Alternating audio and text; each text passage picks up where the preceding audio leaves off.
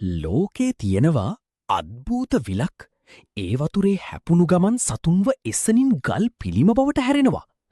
මේක නිකම්ම මායා කතාවක් නෙවෙයි. ඇත්තටම තියෙන තැනක්.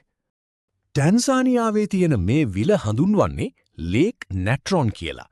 මේ විල අවට බලද්දි ඔබට පෙනෙන්නේ මැරුණු හැබැයි කිසිම පණක් නැතුව ගල් පිළිම වගේ තියෙන කුරුල්ලන්ගේ සහ වවුලන්ගේ සිරුරු. එයාලා මැරිලා තියෙන්නේ පුදුම සහගත ඉරියව්වලින්. මේක මායාවක් නෙවෙයි. පිරිසිදු රසායනික විද්‍යාව. මේ විලේ වතුරේ pH අගය සෙල්සියස් සංචක 10.5ක් විතර වෙනවා. ඒ වගේම වතුරේ සෝඩියම් කාබනේට් සහ බයිකාබනේට් අති විශාල ප්‍රමාණයක් තියෙනවා.